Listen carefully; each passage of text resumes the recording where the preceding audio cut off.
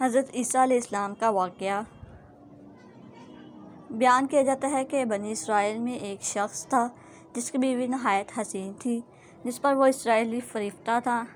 چنانچہ جب اس عورت کا انتقال ہو گیا تو اس اسرائیلی شخص کو بڑا قلق ہوا اور ایک مدت تک وہ اس کی قبر پر بیٹھا روتا رہا۔ اتفاقاً حضرت عیسیٰ علیہ السلام کا ادھر سے گزر ہوا۔ انہوں نے اس اسرائیلی کو پریشان حال دیکھ کر اس سے سبب جانا، تو جب اسرائیلی نے اپنا واقعہ بیان کیا تو حضرت عیسیٰ علیہ السلام نے دریافت فرمایا، کیا تو چاہتا ہے کہ میں اس کو تیرے لیے زندہ کر دوں؟ اس نے عرض کیا کہ ہاں حضور، میں یہی چاہتا ہوں۔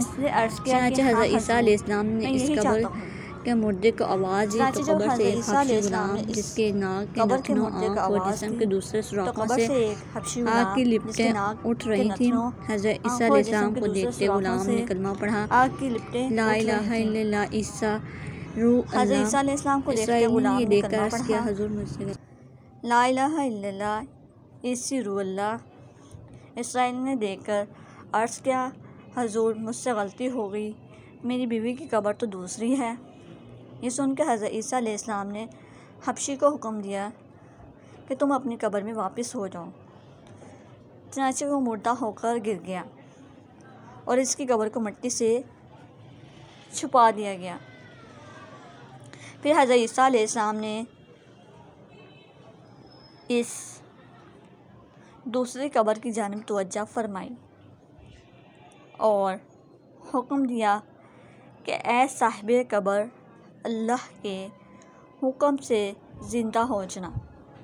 چنانچہ قبر پھٹی اور اس سے ایک عورت سر سے گرد جھاڑتی ہوئی باہر آ گئی، جس کو دیکھ کر اسرائیلی بولا کہ یا روح اللہ، میری بیوی یہی ہے۔ پھر حضرت عیسیٰ علیہ السلام کے حکم سے وہ اسرائیلی اپنی بیوی کو ہمراہ لے کر واپس ہونے لگا، مگر عرصہ سے جاگا ہوا تھا، اس لیے اس پر نیند کا غلبہ ہو گیا اور اس نے بیوی سے کہا کہ تیری قبر پر گریہ وزاری اور بیداری نے مجھے ہلاک کر دیا ہے، اس لیے میں چاہتا ہوں کہ کچھ دیر آرام کر لوں۔ بیوی کہنے لگی کہ ہاں، آپ آرام کر لیجئے۔ چنانچہ وہ اسرائیلی بیوی کے زانوں پر سر رکھ کر سو گیا۔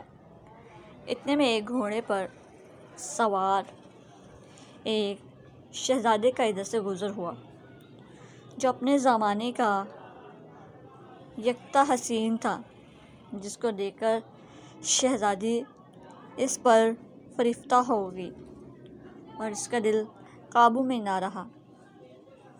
اس نے سر زانوں سے نیچے رکھا اور فرط محبت و غلبہ عشق سے مجبور ہو کر شہزادے کے سامنے کھڑی ہوئی۔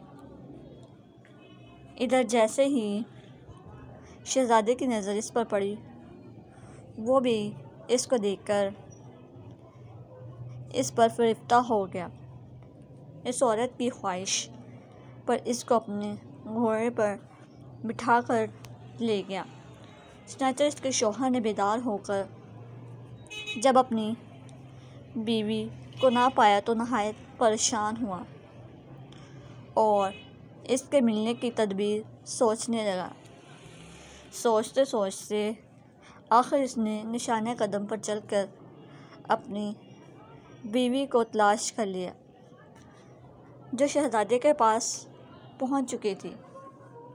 اس کو دیکھ کر اسرائیلی نے شہزادے سے عرض کیا کہ یہ میری بیوی ہے، آپ اس کو چھوڑ دیجئے۔ ابھی شہزادہ کچھ کہنے بھی نہ پایا تھا کہ اس عورت نے کہا، میں تیری بیوی نہیں بلکہ شہزادے کی لونڈی ہوں۔ یہ سن کر شہزادہ اسرائیلی سے کہنے لگا، مجھ سے میری لونڈی کو لینا چاہتے ہو؟ اس نے کہا، خدا کی قسم یہ میری بیوی ہے، جس کو میرے سردار حضرت عیسیٰ علیہ السلام نے مرنے کے بعد میرے لیے زندہ کیا۔ ابھی یہ گفتگو ہو رہی تھی کہ اتفاقاً حضرت عیسیٰ علیہ السلام وہاں تشریف لے آئے، جن کو دیکھ کر اسرائیلی کہنے لگا، یا روح اللہ، کیا یہ میری بیوی نہیں ہے جس کو آپ نے میرے لیے زندہ کیا ہے؟ حضرت عیسیٰ علیہ السلام نے فرمایا کہ ہاں، یہ وہی ہے۔ یہ سن کر عورت کہنے لگی کہ یا روح اللہ، یہ شخص جھوٹا ہے، میں اس شہزادے کی لونڈی ہوں۔ حضرت عیسیٰ علیہ السلام نے فرمایا کہ تو وہ عورت نہیں جس کو میں نے اللہ کے حکم سے زندہ کیا۔ عورت نے کہا، یارو اللہ باخدا، میں وہ نہیں ہوں۔ اس کے بعد حضرت عیسیٰ علیہ السلام نے فرمایا، جو جان خدا کے حکم سے میں نے تجھے دی ہے، اس کو واپس کر دے۔ یہ سنتے ہی وہ عورت پھر مردہ ہو کر گر پڑی۔ پھر حضرت عیسیٰ علیہ السلام فرمانے لگے کہ جو شخص ایسے آدمی کو دیکھنا چاہے جو کافر مرا تھا اور زندہ ہو کر ایمان لایا، تو وہ اس حبشی غلام کو دیکھ لے، اور جو کوئی ایسے شخص کو دیکھنا چاہے جو مومن مرا تھا، پھر اللہ نے اس کو زندہ کیا اور کافر ہو کر حالت کفر میں مر گیا، تو وہ اس عورت کو دیکھ لے۔ اس واقعے کو دیکھ کر اسرائیلی نے قسم کھائی کہ اب کبھی نکاح نہیں کروں گا، اور میدانوں کی طرف نکل گیا، جہاں اللہ تعالیٰ کی عبادت میں مصروف رہ کر اسے موت آ گئی۔ اللہ تعالیٰ اس پر رحم فرمائے۔ حاصل،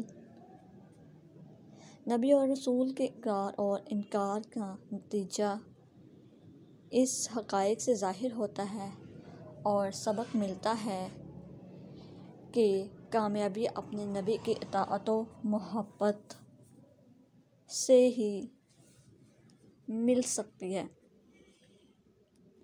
چنانچہ ہمیں بھی چاہیے کہ ہر حال میں اپنے نبی صلی اللہ علیہ وسلم کی اطاعت کریں، چاہے دل مانے یا نہ مانے۔ نبی کریم صلی اللہ علیہ وسلم کے طریقوں کو لازمی اپنایا جائے۔